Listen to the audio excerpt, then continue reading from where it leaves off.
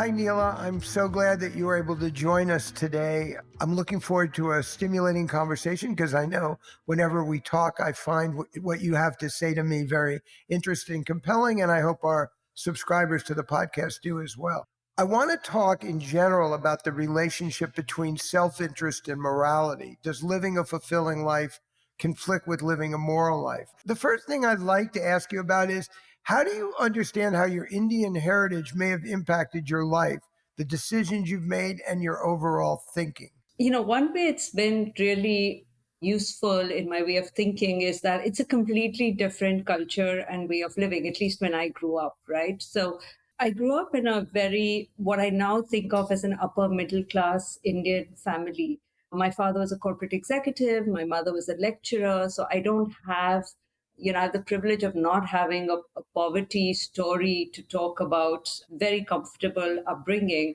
But I think when I came to the US, I realized that actually there's way more when you talk about quality of life than what I experienced in India. So, what I learned, which is we had an extremely comfortable life with Indian incomes living in India, but we could not afford to go abroad. Coming back to this Indian heritage, I think it was more this realization that what I thought of as a good life in India, and it was a very good life, is actually exponentially better in the US. So I'll give you a simple example. We lived upper middle class, didn't want for anything, and yet we had to boil our own water. There was no clean water. There is no clean water. Rich households just get a device now that filters the water. And when I came to the US, people said you can drink water out of the tap. And I said, of course you can't drink water out of the tap. What do you mean? And they said, yes, you can because it's clean. And that just blew my mind. And I guess that is what the contrast is what I can never forget. So it wasn't the roads, it wasn't the cars, it wasn't the big houses. It was the small things like this that I never even thought possible growing up in India, pretty well to do, that I think really changed my outlook as to, what is, how do people in different parts of the world actually live? What about cultural things like religion or beliefs in what people's obligations were to their families? Were there big differences between the United States and India relative to your culture?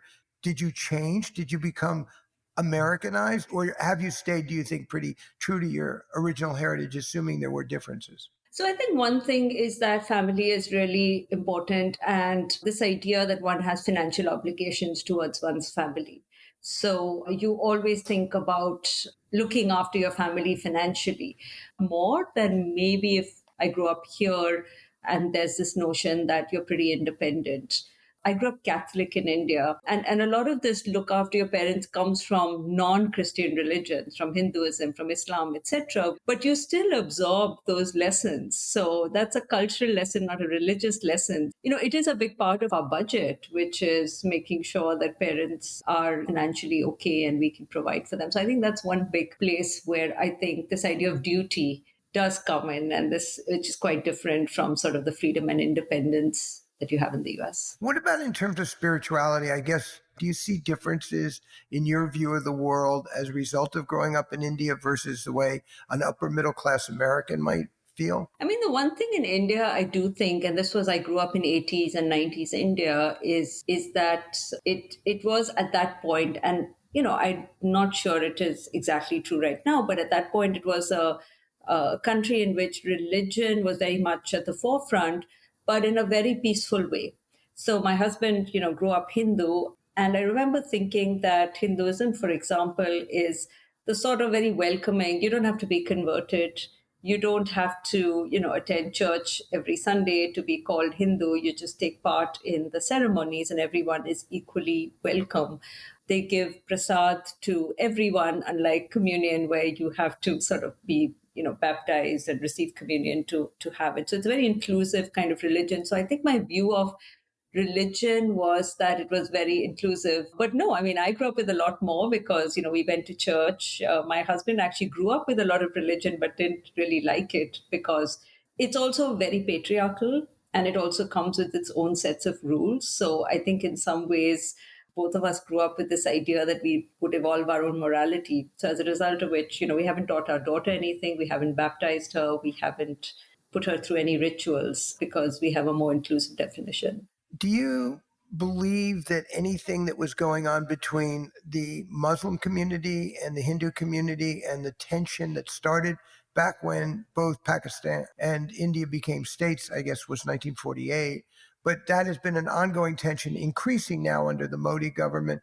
Did you experience any of that, and did it affect you? Because clearly in the United States now, we have a lot of polarization going on, and you grew up in a what might have seemed like a very polarized society. I didn't experience it directly, but definitely there were the Hindu-Muslim riots, I think in the 90s. We lived in a very Christian dominated neighborhood. So Hmm. really we didn't see that. But I do remember sitting on our balconies and verandas and talking about it and seeing that. So I do think it was always there all around. And now when I talk to my mother, she's still in India, you see it every day. So that's almost the reality in the sense of, and even a lot of our classmates who have bought into this idea of, this sort of muscular Hindutva idea and who believe that, a lot more intolerance. So I do see that, experience that I think a lot more now than when we were growing up. When you're privileged, you can just not think about things, which is, something that I didn't think about at all, for example. So I saw Hindu, Muslim issues and religion issues, but we never thought about caste issues, for example. And I went to school in India. I went to business school in India. My view of business school in India was that I had a fabulous time. I had great friends. A lot of them were economically deprived. This was their first time, and they really made something of themselves. The narrative I heard, and this is like 20 years later, from my friends who are from the oppressed castes, Dalit and Bahujan, is very different. And they said, well, it was a place of discrimination. And I didn't even notice it. I may have even participated unknowingly in some of that. I think that's where I say that, water is invisible when you're swimming in it, right? And that's something that, again, coming from a different culture actually made me think about things that people in the US might take for granted. You came to the United States and you found yourself getting a marketing degree at Wharton. And I'm not sure how that happened or what got you interested in marketing in the first place, but it has, for our listeners, it's become a very important part of Neela's life. And so I'm curious how that all happened. Yes, so I think I there's a funny story. When I was in school, they had us do this kind of aptitude test. What do you want to do and your inclinations? And I was pulling my scorecard out the other day, maybe I don't know, 30 years later, and it said that I was equally likely to be an accountant or to be a writer. So I got like both these scores. And actually, this is the funny part. The least likely thing I was to be a social worker. So it was kind of interesting to see that. But this accountant writer, so I always think I had both sides. I like math, but I also like the creative side. I struggled a lot with that one side to the other, did economics in undergrad, but found it was too math and not enough creativity. It's like being intellectually ambidextrous, is kind of what. Yeah. So I think when I went to business school and I found marketing, I was like, okay, this is cool because this is numbers, but you can still learn about people, which I liked a lot.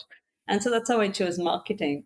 So I went into marketing as usual, worked with Nestle, with Unilever in India, worked with Accenture, which is great.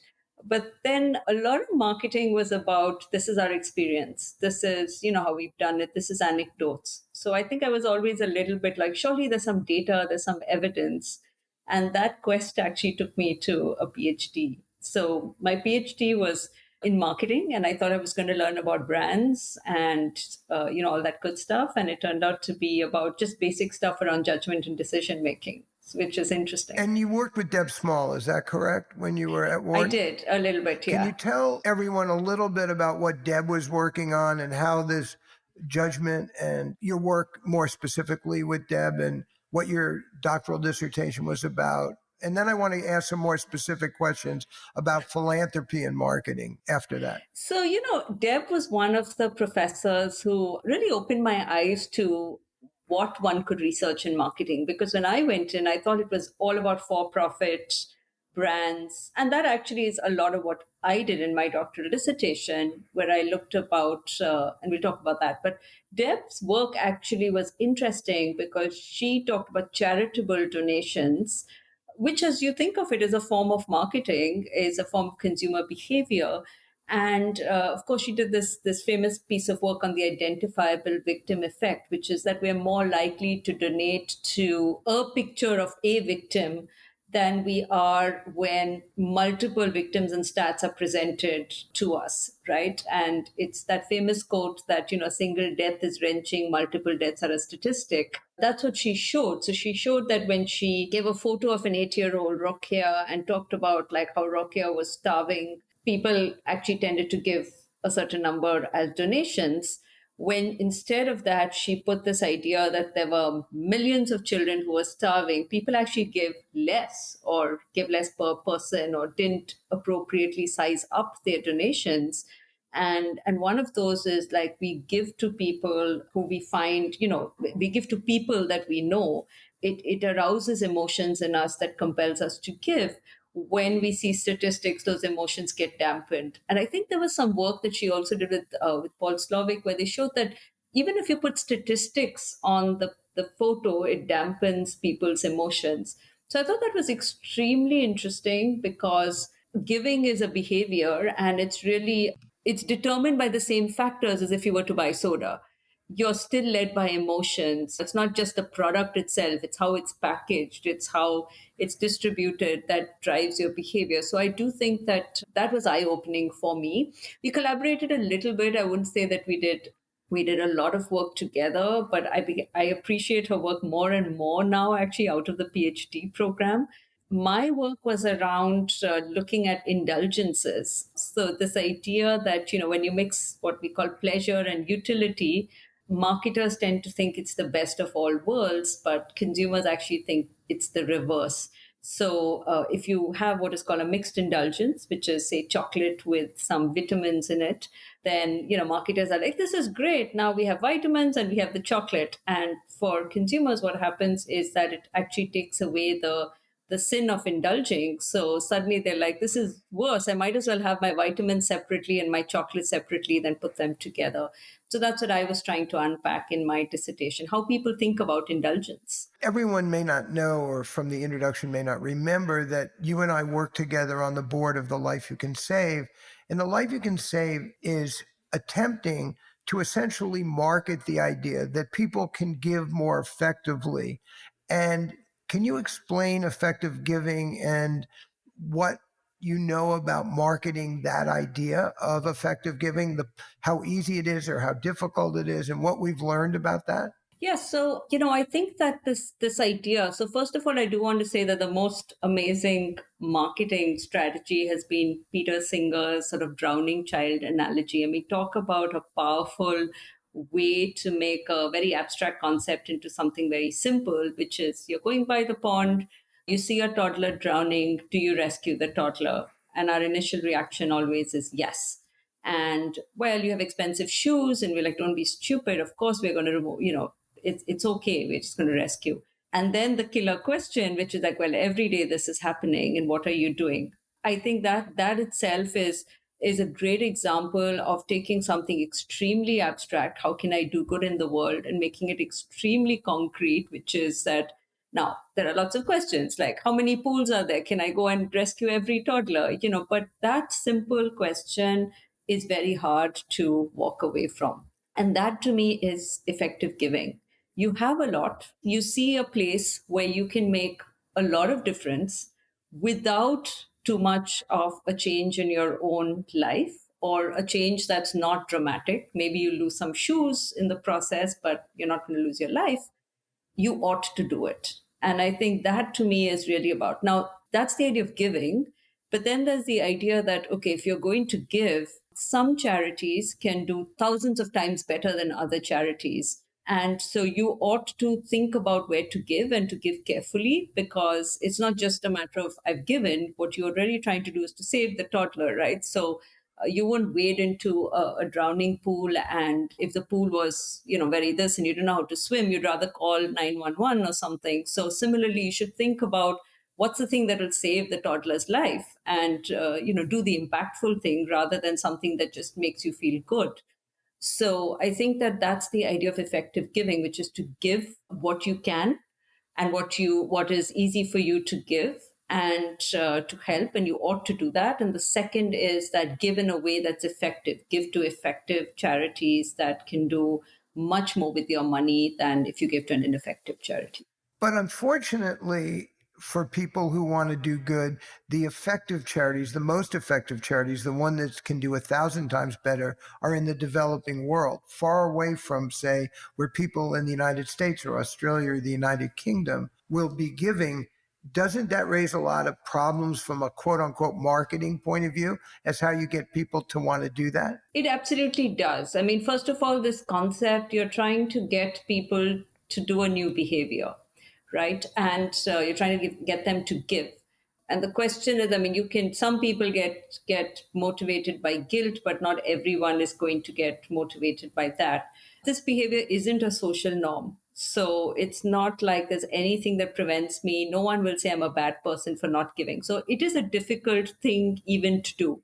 Then you're trying to get them to do something that's against human nature, what Deb Small's work and others show, which is to have empathy for someone you have never seen in another country, to use sort of your reason, your analytical part of your brain over the part of your brain that makes you react to things, and to actually give overseas. So I can't tell you how difficult of a challenge I think it actually is. It's a great end, it's a great goal, but I'm sure you realize, Charlie, that it's tough. It's not as easy as it sounds. Yeah, well, I've been involved in marketing also, as you Yeah. know, but I was marketing middle market suits. It was a lot easier to tell people, buy this suit, it's $100 less at our store than at the department store. That was a very easy thing to do. But getting people to give to people that they've never met, that are far away, that are of a different race, is very challenging. And you run into Deb Small's other problem where I might want to say there are 5.3 million children dying every day from largely preventable illnesses, meaning illnesses that people in the United States, the United Kingdom children wouldn't die of. They would easily be treated. And you go, oh my gosh, there's 5.3 million toddlers in that pond that you can save one of or two of for very little money relative to what you're going to do with it. What do you think we should do about that marketing challenge, Neela? I mean, is it something we can overcome? I think you have to just chip away at it, I think. And, this comes from years of being in consumer goods companies where they don't say we're going to go from 0 to 100. They're like happy if they get 0.5% market share. And if you look at what they're doing, they're continually advertising. I mean, I worked at Pepsi, it's like a 60, 70-year-old brand. They never stop advertising, right? Or Ivory from P&G, they've been advertising for 100 years. I think you constantly have to make the argument. You can't rely on the fact that the argument itself is amazing and people will do it. It has to be top of mind for people. And I think that one thing we've learned from marketing is that you've got to make that argument at times when people are receptive to the argument. So that's why you need to keep the marketing on, because there will be times when people are not receptive to eating chips, and then there's Super Bowl when everyone wants to eat it. And you better be there at that point because that urge goes away, whether it is giving to charity or buying, packet of Tostitos chips. So I think there's a lot to learn in terms of, just keeping that drumbeat going, keeping it going at sort of different points.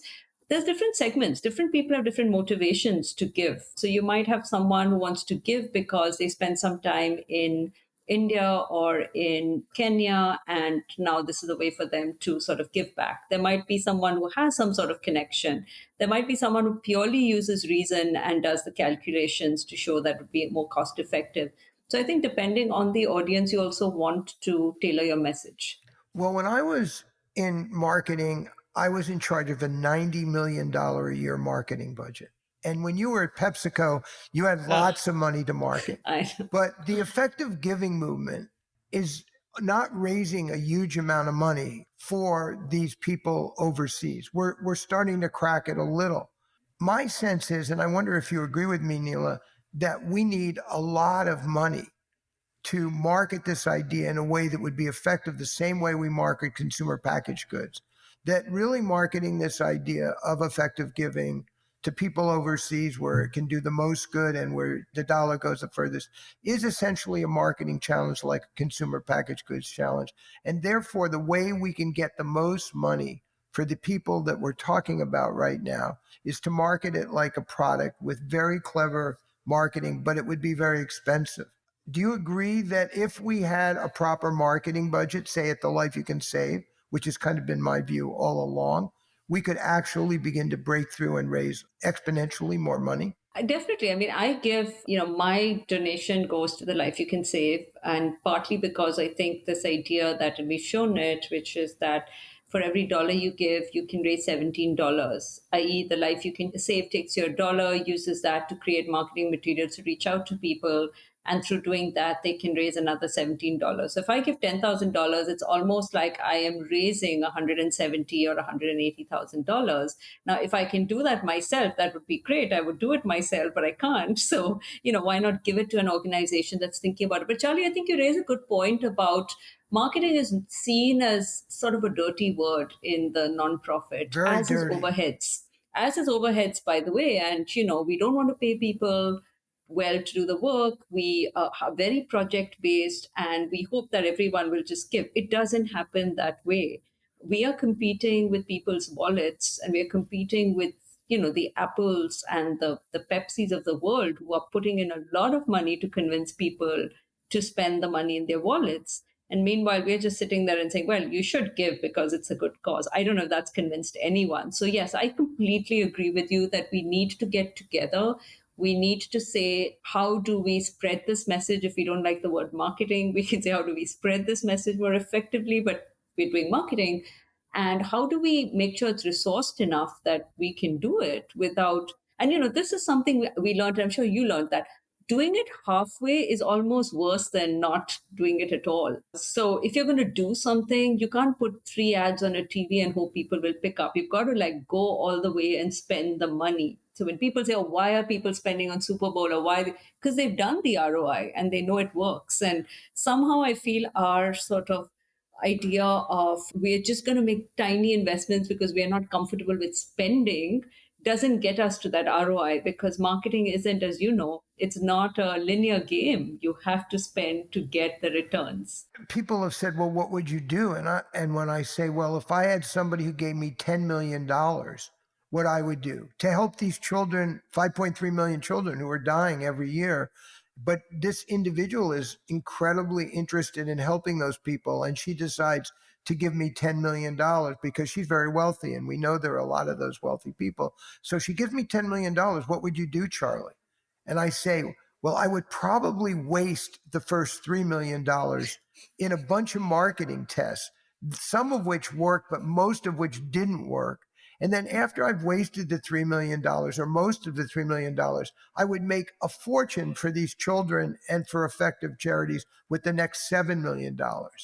And people go, you're going to waste $3 million that you could have given to these people? And I say, yes, I'm going to waste $3 million because with the next $7 million, I'm going to raise 70 million or 700 million dollars because I've finally figured out the best channels for doing this. This is a very hard thing to get across to people. You and I are still on a mission to do it. It is. We're hoping at the Life You Can Save will be the organization that finds that very wealthy person or a number of pretty wealthy people that contribute to the Life You Can Save, as you and I and Peter Singer do. But it's a tough slog, isn't it? It is a tough slog. And I think it's, it's funny because when you say that about marketing, people go, oh no, you must have every penny accounted for. And yet there's so much waste. I mean, think about ineffective charities. So the big problem with charities isn't that they're bad and they're fraudulent. I mean, there are some of those, but that's not the big story. The big story is people who do something out of the goodness of their heart and it's completely ineffective. I mean, think about all the money that's going there that we don't even think about. So I do think if you're talking effectiveness of marketing spends, we should be talking effectiveness of donating to charities in general. And part of that is spreading the message around effective charities. So, but yes, you get that a lot more in marketing than you Yeah. get with anything Right. else. Try telling Pepsi that they shouldn't market Lay's potato chips or Doritos because they sometimes waste some of the money, but you should just put them in the store and people will buy them. Well, that's true, but they're not going to buy nearly as much. Yeah. I think at this point we'll have to move on, but I hope that people who are listening to this are really thinking about the dilemma of the identified victim, but yet there's massive numbers of children and others that are dying of preventable illnesses. And come to the lifeyoucansave.org and check out what we're trying to do and see if you want to help. And we've, of course, appreciated you being on our board, Neil, and we're continuing to, hopefully, as you use your words, chip away at this problem. I want to move into a completely different direction. Okay. Do you think there are universal moral principles like some of the 10 commandments or all of the 10 commandments that should apply to everyone in every culture? So Indian culture, American culture, 100 years ago, 1,000 years ago, universal moral principle, or is morality simply relative to the individual or the culture? It's another big question. I don't know because every time I think there should be something universal, you can always make an exception to that. So if I say, you should not kill, which you should not. So that one, I think that I would say is pretty standard for me. I think I don't even believe in the death penalty. So in some sense, I think that thou shalt not kill.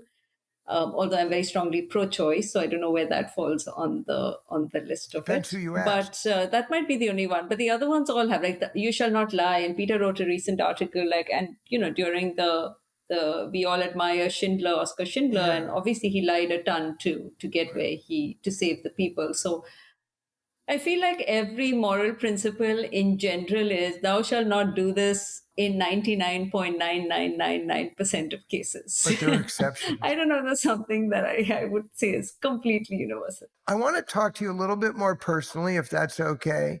And I really want to talk to you about, given your interest in saving those girls in the pond, lots of them, your interest and obligation to your family and your local community, how do you manage these different obligations in your own life today? How do you balance them?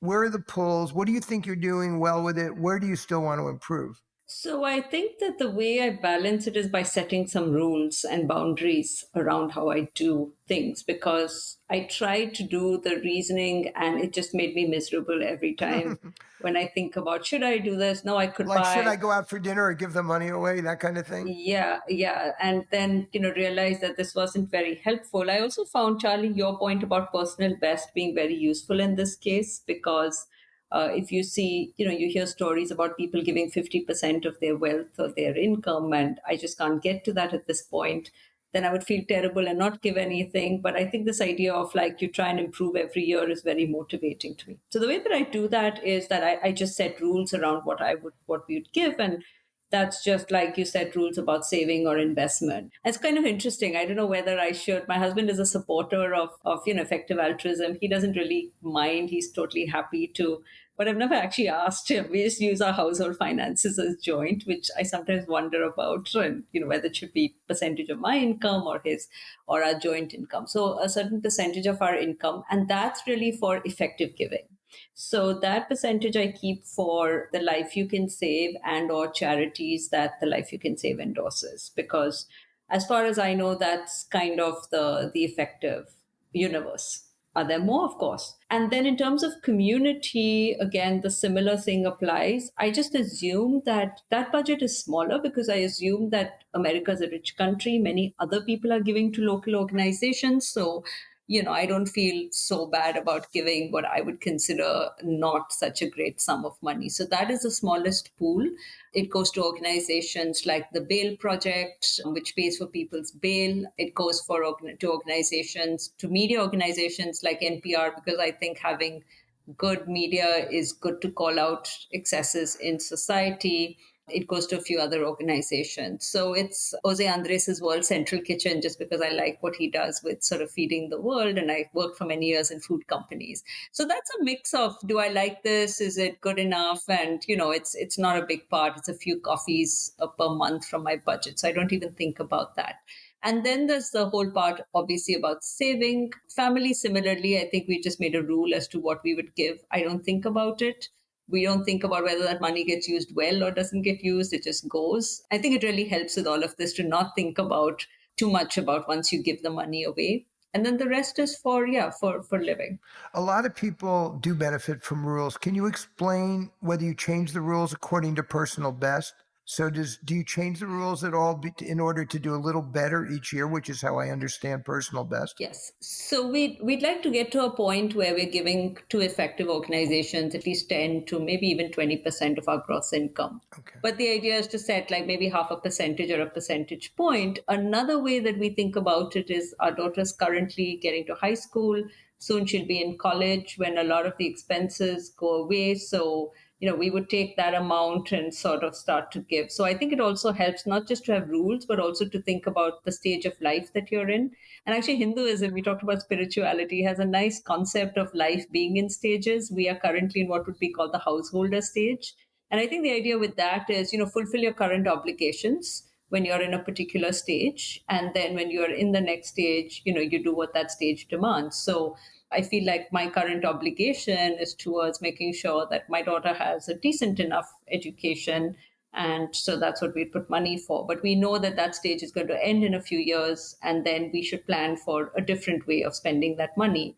So that's certainly something that we think about. So the rule is every year you look and say what your target is going to be, and it should be better than last year. Our assumption actually is the money that will get freed up, say from my daughter going to college and us paying for it, will go towards giving more rather than spending more. At least 70% of that will go towards giving more rather than spending more. And I think a few other things that we've done, which is that we just have some rules. So, for example, my daughter goes to public school in the US. And we are fortunate that we've always lived in areas where the public school is pretty good. We're also fortunate that she's a student who does well in that kind of public school environment. So we don't see the need to spend money to send her to private school. That's just a rule we have. We don't think about it. We don't say, should we do that? Shouldn't we do that? It's just us. So I think those rules can be about spending, but they can also be about a yes, no in terms of buying something. And what about your work, which is a part of your daily life, your work with the Life You Can Save? We've talked a little bit about, but what about your work at Yale currently? How does that fit into this balance? Yeah, so it's really interesting. So first, I just want to talk about the fact that for many years I was in the corporate world where the salaries are at least 100%, 200% better than what anyone can earn in the nonprofit world. And then about 5 years ago, I shifted to the nonprofit world to do what would be called direct work. So the work that I do, I run a research center at Yale University, and it's really focused on scaling development interventions. But it gets funding from funders, so it's still in the nonprofit ecosystem. A dilemma I often have, and I still have, is whether I have skills to make money. I mean, I have skills to do work in both areas. Should I be using that money to go back to the private sector and to earn some money and give it away, what is called earning to give? In a way that's, I think earning to give has had a bad name recently, but in a way that's reasonably ethical given a capitalist structure, and give that away versus doing the direct work. I don't think that's the biggest sort of question around my work, and I don't think that's something I've necessarily settled on one side or the other. But it does force me to think about like what exactly am I doing in my direct work, how effective it is, because I could just go back to a corporate environment and just because of the way salaries work, earn much more and give much more away. And I think that's something for I hope our listeners to also think about, which is you don't have to change. You don't have to be in a nonprofit. You don't have to change what you do. You can do what you like. You can, be your SVP in a bank and you can give your money away to help nonprofits. And I think what people don't realize, which is what I realized once I started working, is that fundraising, and you talked about that, is the hardest thing. And we would be so grateful if people just give us money. They don't have to come and spend time with us. They don't have to, just give. So I think we underestimate that. So, Neil, I have to say, we don't ask you to fundraise too much, but you're a generous donor because I know you hate fundraising. But if we should get a gift from a very wealthy person, and there are tons of them out there, or we aggregate a lot of money for marketing and we really get this large marketing budget, then we will expect you to come back to work for the Life You Can Save full time to help us figure out what the best way to raise money for effective Yeah, charities and are. it's always a question, Charlie. Like, should I just, give the income up and work for a very low or almost, work full time for, say, the Life You Can Save? And what's the good that I would do with doing that versus should I work in a corporate thing and earn even more and give it? Sometimes the most important thing that you can do is to take what you have, take the resources and just donate them generously. My wife, who you know, Diana, said that her work as a family doctor all these years, she's retired now, was very rewarding. And she felt like I know that she was a wonderful doctor and compassionate and kind of rare, I think, in many ways. But when you ask her what her biggest impact was, her marginal impact, she would say it wasn't as a doctor, it was as a large donor to the life you can save. Yeah. And that's really interesting to think about. Here's this compassionate doctor, but by just simply writing a check to the life you could save, because she's not really very involved in our work on a day-to-day basis. She felt she made more impact than the 30 years she spent as a family doctor. I also have to say that's one of the reasons I give, because I feel like who knows what we do in our life, Charlie, whether we like have any impact at all or not, or we're just fooling ourselves, right? But at least by doing this, I know like some part of my skills that have gone to raise this money are being used effectively. Right. So I feel like I'm in control, like I'm doing something versus the actually like thinking about the big problems of poverty and doing absolutely nothing about it. So that's the other thing I would actually tell everyone. Like you can think about social justice. You can think that poverty cannot be solved just by putting band-aids, that all of these things are band-aids. But that doesn't prevent you from, that's completely separate from giving 10% of your income or whatever it is, whatever you can afford to nonprofits that are proven to be effective, right? Because they need the money and they can do a lot with that. So I think, regardless of what I would do with the rest of my life, I would always give some away because it's just not worth another handbag. It just isn't worth it. Let me ask you another question, which may or may not seem related to you. Do you think that living a moral life and living a very pleasurable life are in conflict? I don't actually think so. I mean, it's in conflict in the sense of you have to make some trade offs. So, we live in a really nice part of New York. We're in Manhattan. So it's not like we're out there in the woods with no running water and we're doing that. We probably have one of the smaller apartments amongst our friends, but honestly, we don't need something that's this, and we have plenty of pleasures. I mean, actually, the nice thing which I found, the other thing about living in the US, is a lot of the pleasures are free or low cost. For example, you have the free library. So I don't think I bought a book. It's my apologies to all authors, but I'm told like getting it from the library is good enough because I can get whatever books I want from the library. It's totally free. I spent a lot of money in India buying books. There are lots of free concerts, so I can go out there and get them. Most of the museums are free, so if I want to see art, I don't need to buy it and put it in my house where I worry about, a cat jumping on it or something. I can just go nicely to a nice museum, spend an afternoon there. There are parks. So I think what we don't realize in developed countries is how many pleasures there are. And so I don't feel that as much living in the US at all. What about giving? I mean, is that one of your pleasures? I mean, it's nice to know, right? It does give me a warm glow. So I'm going to say that. I don't think that, I think I'd be remiss with it. I feel good every time I give. And sometimes I wonder whether I should give like more frequently smaller amounts than give one large check. But then I realize I would probably forget to give more frequently. So then I just give the ones at the end of the year. But every time I give, I feel really good about it. You feel like a good person. Yeah, no, I think so. I mean, somebody, I think it was Mike Shore, likened the feeling you get in a smaller way, like when you go to the supermarket and you take this trolley, this shopping cart, Yeah. you fill it up, you bring it to your car, and when you bring it back, you actually get a good feeling like, hey, I'm the kind of person that brings back my Yeah. shopping cart, not the kind of person that leaves it in the parking lot. And it makes you feel good. Well, when you're giving and helping the girls in the drowning pond or whatever, I think you get that feeling times 100, which is why someone like me, who I think of myself as kind of hedonistic, have always been Same. really a pleasure seeker throughout my entire Same. life.